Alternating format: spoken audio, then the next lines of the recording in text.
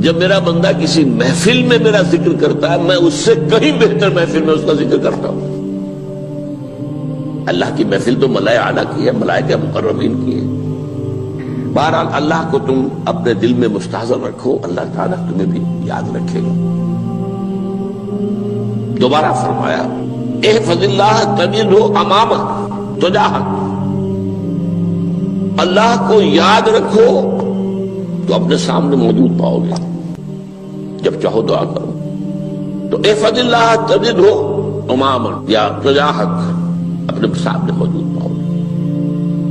اذا سألت فاسأل اللہ، اب آ گیا وہ مرکزی مضمون۔ دیکھو جب مانگو اللہ سے مانگو، غیر اللہ کے سامنے ہاتھ دراز کرو ہی مت۔ ایک حدیث میں آتا یعنی حرام نہیں ہے، دنیاوی قواعد اصول قوانین کے تحت کسی سے مدد چاہنا، کوئی سوال کرنا حرام نہیں ہے، آپ سوال کریں، مدد لیں، اسی پر دنیا قائم ہے، ایک دوسرے کے ساتھ تعاون کے ساتھ۔ لیکن اونچا مقام کیا ہے؟ کسی سے سوال مت کرو سوائے اللہ، یہاں تک کہ جوتے باندھنے کا تسمہ تمہیں درکار ہے تو بھی کسی سے مت مانگو، اللہ سے مانگو۔ کیا پتہ اللہ کس کے دل میں ڈال دے اور وہ آ کے تمہیں تسمہ پیش کر دے۔ ہوتا ہے ایسا، بس اوقات ہوتا ہے۔ جو اللہ کے ساتھ لو لگا کر رکھنے والے ہیں ان کے تو ایسے واقعات ہوتے ہیں کہ دل میں ایک بات آئی اور اس کے بعد وہی بات جو ہے وہ کوئی شخص آ گیا اور اس نے وہ بات پوری کر دی۔ کیونکہ لوگوں کے دل جو ہے وہ تو اللہ کے دو انگلیوں کے مابین جو چاہتا پھر دیتا ہے۔ کیا پتہ اللہ کسی فرشتے کو انسانی شکل میں بھیج دے، آتا ہے فرشتہ، آتا ہے انسانی شکل میں، آپ کی تکلیف کو رفع کر دے، آپ کی ضرورت کو پورا کر دے۔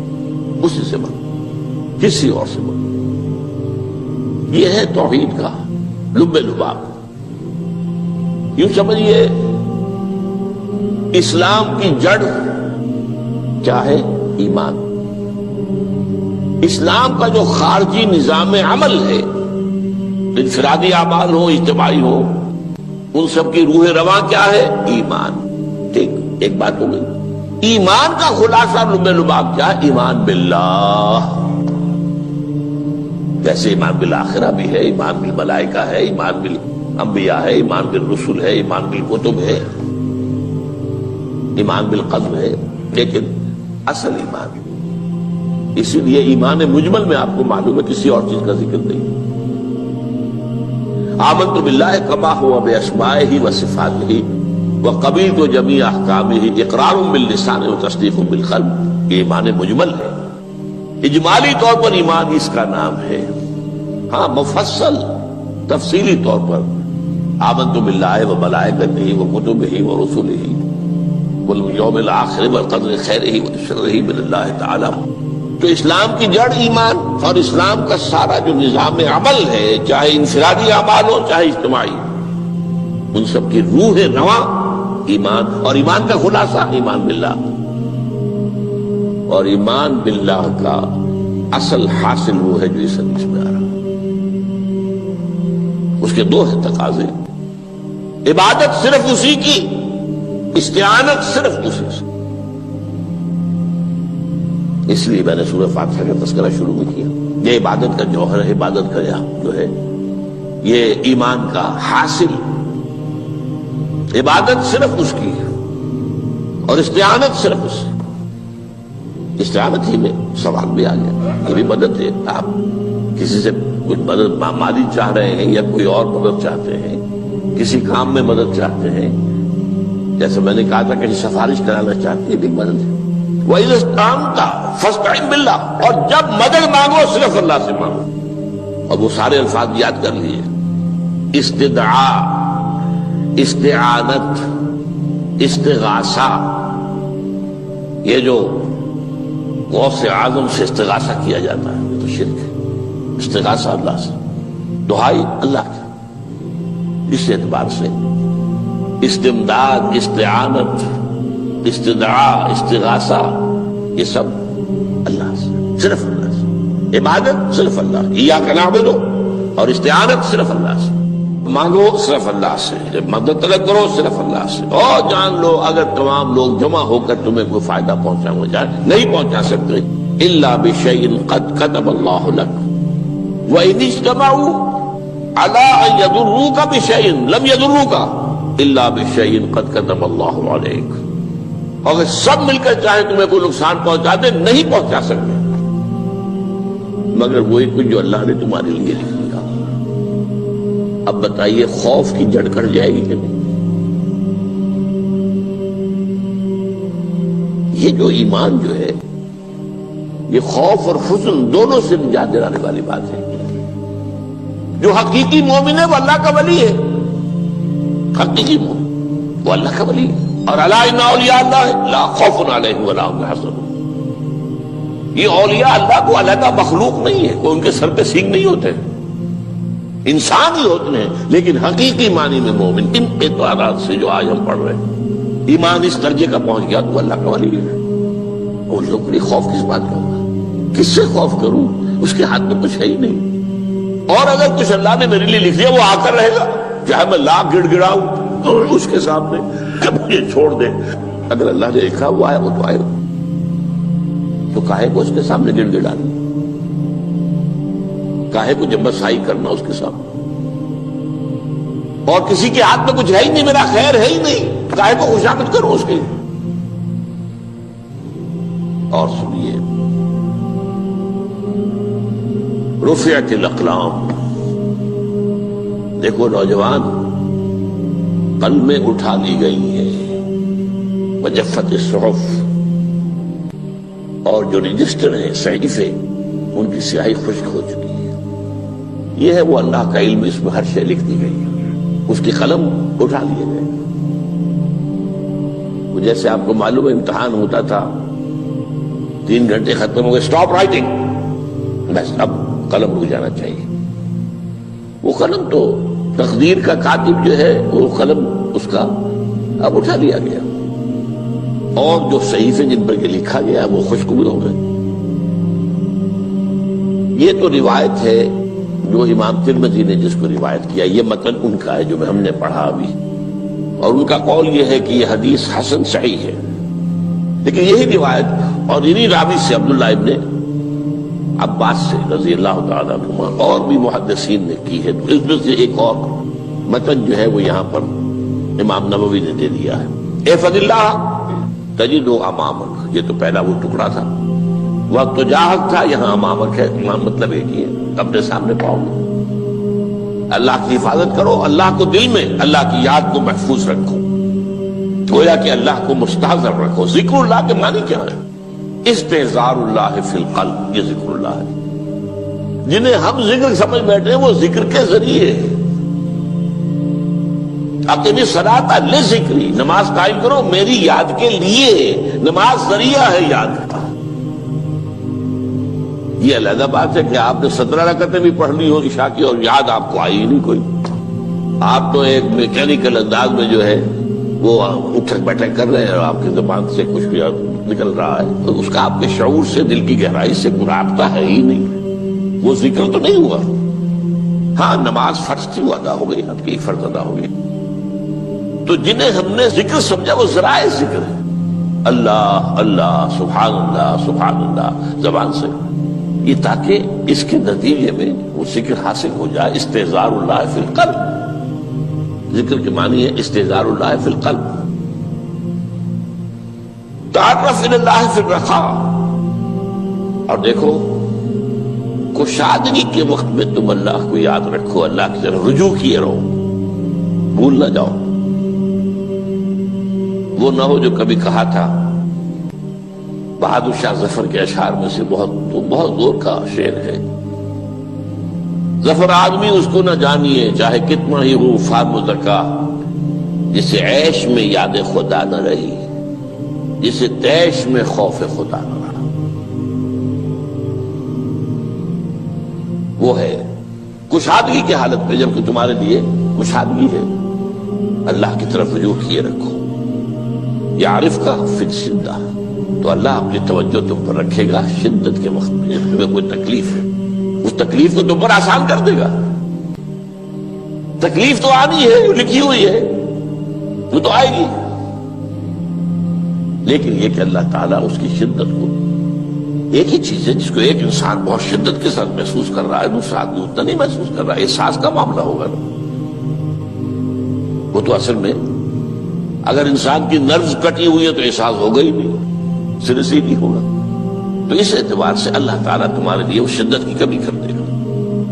وَاعْلَمْ أَنَّ مَا أَخْطَأَكَ لَمْ يَكُنْ لِيُصِيبَكَ، اور جان لو جو چیز تم سے چھوٹ گئی ہے، رہ گئی ہے، وہ ہرگز تمہیں ملنے والی نہیں تھی۔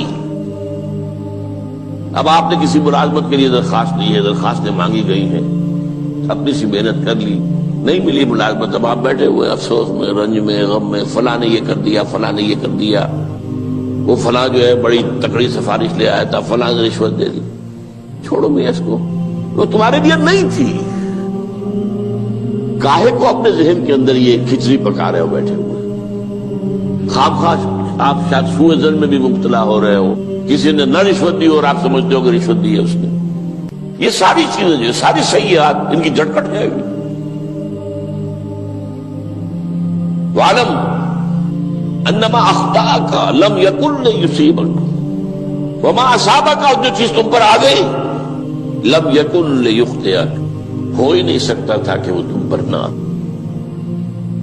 یہ کر لیتا تو ہو جاتا، شاید یہ کر لیتا، میں نے ٹیکا پہلے لگوا دیا ہوتا تو یہ بات نہ ہوتی۔ بھائی وہ جو ہونا تھا وہ ہونا تھا۔ اب یہ وہ چیز ہے جس سے انسان میں کیفیت پیدا ہوتی، تسلیم و رضا۔ ہم بھی تسلیم کی خو ڈالیں گے، بے نیازی تیری عادت ہی صحیح، اے اللہ جو تو نے چاہا مجھے قبول ہے۔ اسی لیے میں نے آپ کو آیتیں سنائی سورہ تغابن کی، ما اصاب من مصیبت الا باذن اللہ، کوئی مصیبت نہیں آتی مگر اللہ کے اذن سے۔ ومن یؤمن باللہ یہد قلبہ، جو اللہ پر ایمان رکھتا ہو اللہ اس کے دل کو ہدایت دے دیتا ہے۔ ہدایت کس بات کی؟ تسلیم و رضا۔ سر دوستاں سلامت کہ تو خنجر آزمائی، نہ شبد نصیب دشمن کے شبد ہلاکت دے گا۔ اے اللہ تیری طرف سے ہے، مجھے قبول ہے، اور بظاہر مجھے تکلیف ہو رہی ہے لیکن یقیناً اس میں میرا کوئی خیر ہے۔ بیدک الخیر، تیرے ہاتھ میں تو خیر ہی خیر ہے، جو بھی تیری طرف سے آئے۔ سر تسلیم خم ہے جو مزاج یاد میں آئے۔ اور یہ مضمون جو ہے زیادہ بڑے پیمانے پر سورہ حدید میں آیا ہے۔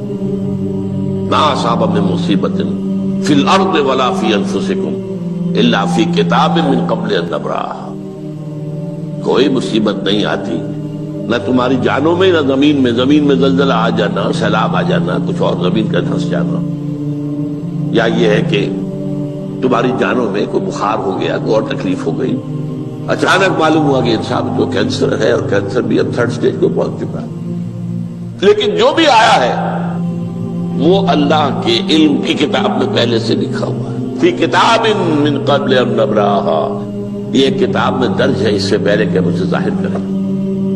اس کا نتیجہ کیا نکلنا چاہیے؟ لیکن لا تأسوا علی ما فاتکم ولا تفرحوا بما آتاکم، افسوس نہ کیا کرو جو تم سے جاتا رہے، چھوٹ جائے، کوئی عزیز فوت ہو گیا، کوئی موقع ہاتھ سے نکل گیا، ارے بھائی میں چوک گیا، بڑا موقع تھا، اب اس پر افسوس کر رہے ہیں۔ نہیں، جو چیز دیکھیں لا تأسوا علی ما فاتک ولا تفرحوا بما آتاک، جو اللہ تمہیں دے دے اس پر اتراؤ مت۔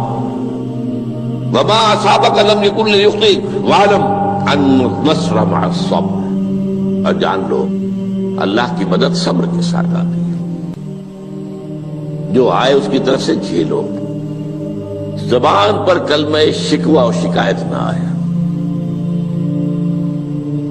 اللہ سے شکایت نہ آئے، تسلیم و رضا، جو تیری رضا ہے۔ تیری صحت ہمیں منظور ہے لیکن اس کو، مولانا محمد علی جوہر ایک مرتبہ جیل میں گئے، ایک بیٹی بیمار ہوئی، فوت ہو گئی، اس کے بعد دوسری مرتبہ پھر جیل میں گئے، دوسری بیٹی کو وہی بیماری ہوئی، جیل میں اطلاع ملی کہ بیٹی کو یہ بیماری ہو گئی ہے، تو خط لکھا اشعار کی شکل میں، کا آخری شعر یہ ہے، تیری صحت ہمیں منظور ہے لیکن اس کو نہیں منظور تو پھر ہم کو بھی منظور۔ ہم تو چاہتے ہیں میں بیٹی کے تجھے شفا ہو جائے، اسے منظور نہیں تو پھر ہمیں بتا۔ وَاعْلَمْ أَنَّ النَّصْرَ مَعَ الصَّبْرِ وَأَنَّ الْفَرَجَ مَعَ الْكَرْبِ، فرج فراخی کھل جانا کسی چیز کا یہ ہے کرب کے ساتھ، تکلیف کے ساتھ، تکلیف ہوتی ہے ساتھ۔ اللہ نے قانون بنایا ہے دنیا کا۔ اب آپ اندازہ کیجئے بچے کی ولادت میں ماں کو کتنی تکلیف اٹھانی پڑتی ہے۔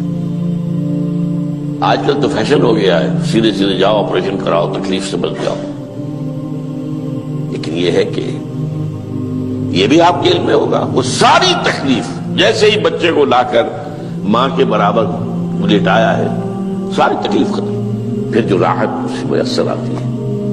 ان الفرج مع الکرب وان مع العسر یسرا، اسی لیے میں نے وہ آیتیں بھی پڑھی تھی، ان مع العسر یسرا ان مع العسر یسرا۔ اس دنیا میں یہ اللہ نے نظام بنایا ہے، سختیاں جھیلنی ہی ہوں گی۔ لقد خلقنا الانسان فی کبد، ہم نے انسان کو پیدا کیا مشقت کے اندر، مشقت تو کرنی پڑے گی۔ کسی کی جسمانی مشقت زیادہ، کسی کی ذہنی مشقت زیادہ، مشقت سے چارہ کسی کو نہیں۔ تو یہ ہے ان مع العسر یسرا ان مع العسر یسرا۔ بارک اللہ لی ولکم فی القرآن العظیم ونفعنی وإیاکم بالآیات والذکر الحکیم۔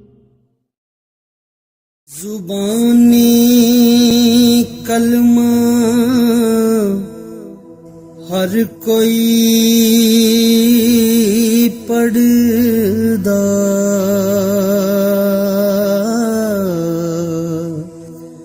تے دل دا پڑھدا کوئی